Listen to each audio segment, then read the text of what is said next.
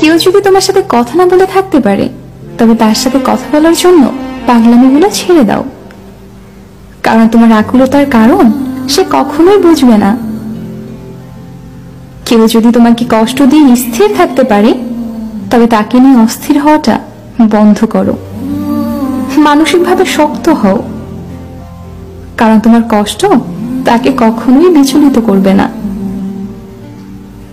কেউ যদি তোমার মূল্য না বুঝে, তবে তার কাছে বারবার নিজের গুরুত্ব চাওয়া থেকে বিরত থাকো, কারণ সে কখনোই তোমার কদর করবে না। কেউ যদি তোমাকে ছাড়াই একা পথ চলতে পারে, তবে তার পথ থেকে সরে দাঁড়াও, কারণ তুমি কখনোই তার জীবনে সফল সঙ্গী হবে না। মোট কথা, কেউ যদি তোমাকে তার জীবনে চায়, তবে তাকে আঁকড়ে ধরো। কেউ যদি তোমাকে ছেড়ে ভালো থাকতে পারে, তবে তাকে ভালো থাকতে দাও, কারণ ভালোবাসলেই পেতে হবে এমন কোনো কথা নেই।